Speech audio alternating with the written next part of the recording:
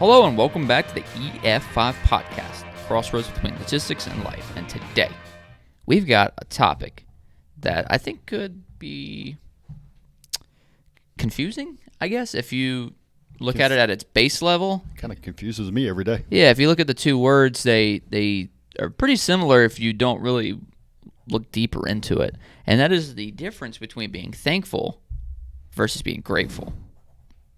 So, like I said, at its base level, they sound like the same exact word, just with the same meaning.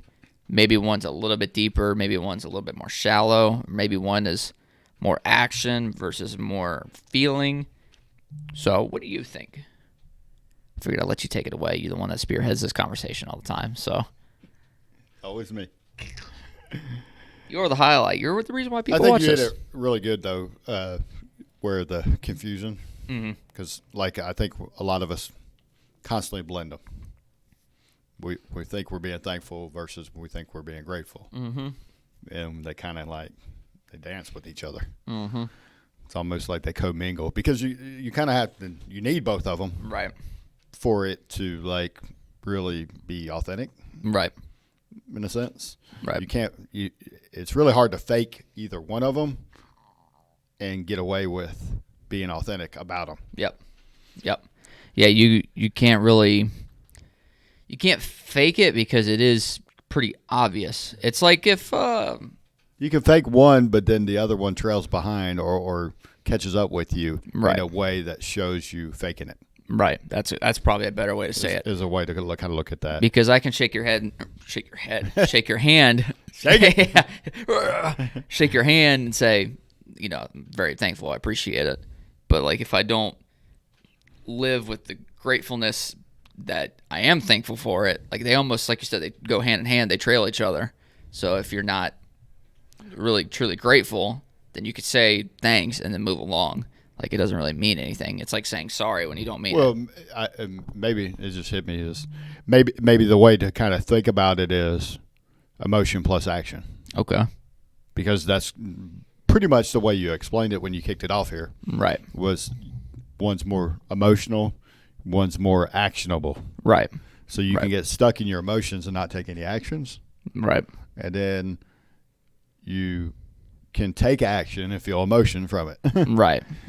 And you almost need to be grateful to kind of understand how to be thankful. Right. But then you also need to be thankful to understand how you can be grateful. Right. It's just a little bit harder because you're almost working backwards when, in a sense, you would think that would be the proper way. You would start with your feeling and then go to action.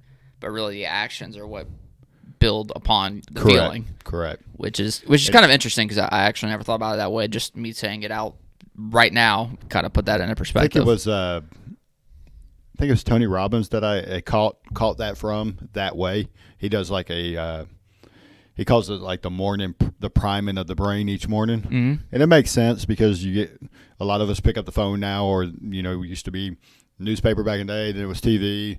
Now you pick up the phone, you kind of scroll, and whether it's social media or whatever sites you look at, right, then that kind of sets your tone. Right.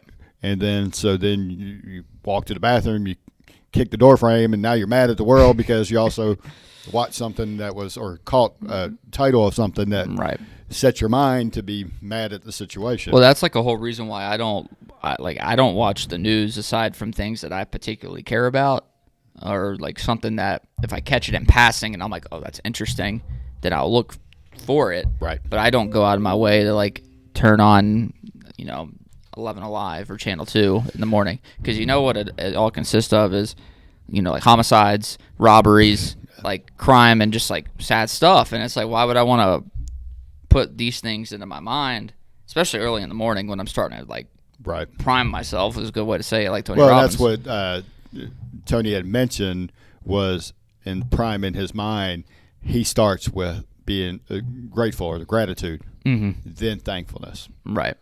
And so I didn't really catch, and he's well versed and well knowledgeable in the things he talks about. Yeah.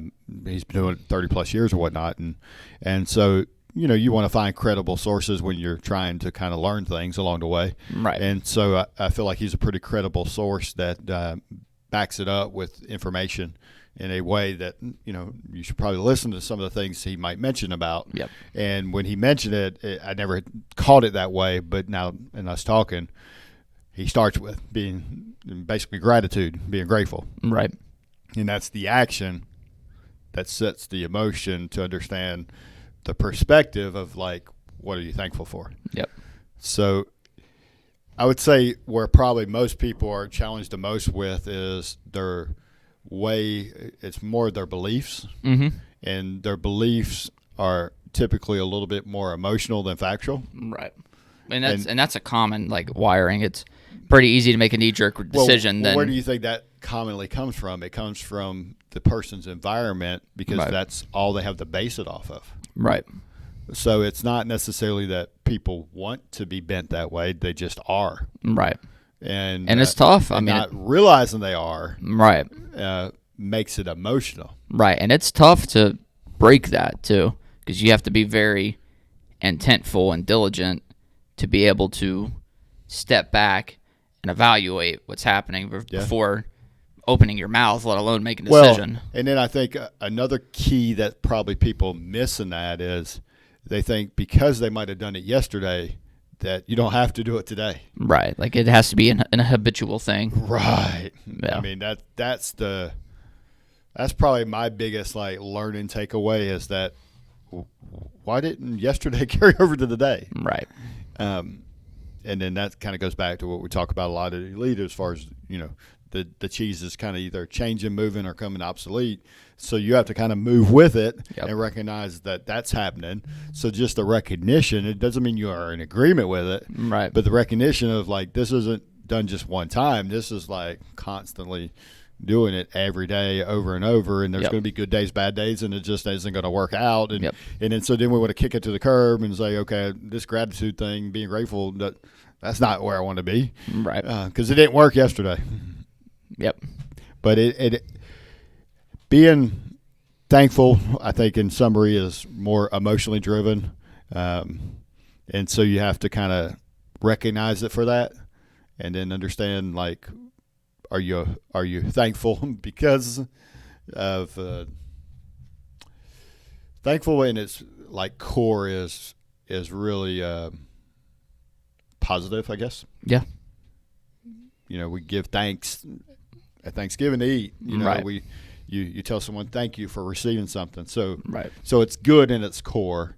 So you have to recognize good around you, and I think it's hard for people to do that. Right. Do you think, since you had kind of attached an adjective to being thankful, which is a verb in a sense, do you think being grateful would be, like, humbling then? I don't know if that's a good word to use. Of belief of how people use the word humble, so that's probably for another time. Gotcha. Because a lot of people use humble as being kind of meek or passive, and I don't think it's always has to be like that. No, I don't think so either. So we might be on the, because I've never really talked about that, but, like, I think it's more. Maybe my definition of meek is not what I think it is. Passive, I definitely wouldn't attribute it to. I would attribute humbleness more to, not grounded, but, like, aware and understanding. Yeah, but I feel like a lot of people take that, even understanding, humble, however you want to shape that as more of a, you shouldn't be strong in it. Gotcha.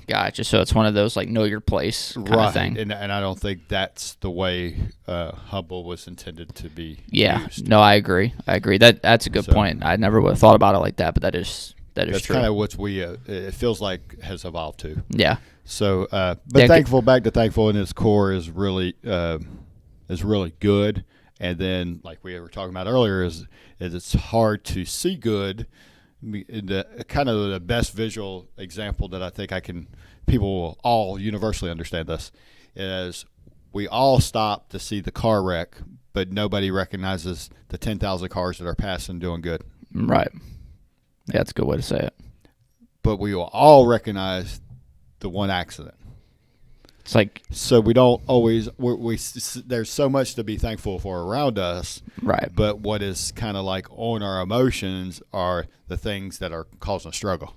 Right, and it really depends on like the routine of what you do too. So like if you go out to eat, you're going to remember the bad. Around, or people you're around too. And I do admit, I mean, I'll listen to all kinds of music, but music, what you read, the people you're around. Right. You know, if we were a recovering drug addict and we just hung out with addicts, right, at some point we're going to develop to be an addict again. Right. There's just not a way around that. Right. Yeah, I know. Like the music, that's your environment. The music thing is big too because like. I mean, I listen to just some absolute grotesque stuff sometimes. Right. But it's really, I think, on the vulnerability and repetition. If I listen to the things that I listen to that are like heavy metal or, just different things like that are leaning a certain way, if I listen to that in a position where I'm, not being thankful for the things that are around, or if I'm vulnerable to whatever emotional-wise, then like it's going to start skewing me a certain way. Oh, yeah. And it's really up to your like intentfulness of yourself to really realign yourself to be back into that thankful, grateful kind of. If you were aligned there 24/7 for the rest of your life, at some point you're going to bend that direction of what is spewed out. Right. Right. Yeah. You don't. Like you don't have an option. You don't literally you'll shut off the opportunity that your body's chemically made to override that. Right. Right. And so then, at our core, we are built for survival. Right. Little lizard brain. Yeah. Literally, when something negative happens, we instantly think survive. Right. So then our brain shuts itself into that role. Right. We don't think, oh, we're so thankful we're still alive that we fell off the ladder and we were able to get up. Right. We're like, did we break anything? Oh my gosh, that probably wasn't good. We're thinking of all the negative. Somebody see me, I'm embarrassed by it or whatever. Right. So you go through it, you shift straight to survival. Right. And so recognizing that it helps you be more thankful about things. Yep. And then as you're in that place, you also can kind of keep yourself centered into the action you were intended to do, which was to truly be grateful for the day. Right. Or whatever. Great example was, I was thinking today is like, hey, it's awesome. It's going to be an awesome moment to come in here, hang out with you. The moments of hanging out with you as my son, that's awesome from a dad-son perspective, right. Let alone, and then being able to share the information we share with people. And then, I was just kind of replaying that in my head, and that's more of that gratitude, that gratefulness kind of process. Right. The actions that are going to happen, and then the world, the universe, faith, however you stand to look at that, pushes that to kind of align because you're looking for it. Right. And so you're more willing to survive the moment to get to the moment you really want to be at. Right. Yep. It's like going to Braves game at the end of the day at 7:00 in the evening. You're going to survive the moment so you can get through the gate so you can go watch the game. Yep. No matter what hits you in that moment, it's like I'm making it to that. Yep.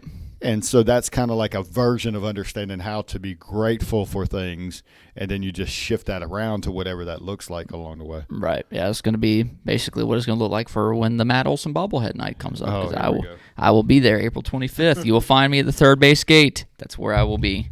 So you already see yourself being grateful with it in your hand? Yeah, hopefully it's not broken like my Ron Washington one was. Well, then maybe you'll check it at the gate this time. Yeah, that is true. That's true. I was really sad. I opened it up and his little grab spinny it, arm step to the smacked. side, flip it open, see if it bobbles. No broken parts. See if it bobbles. I don't know. I'm not a bobblehead guy.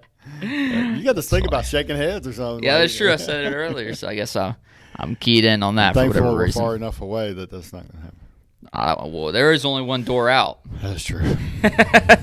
So, speaking of which, the door out, doors our way out. That's a nice little segue. It is a little segue. This is us going out because we done. I'm getting out of here. Yeah, I'm getting out. We out. We out.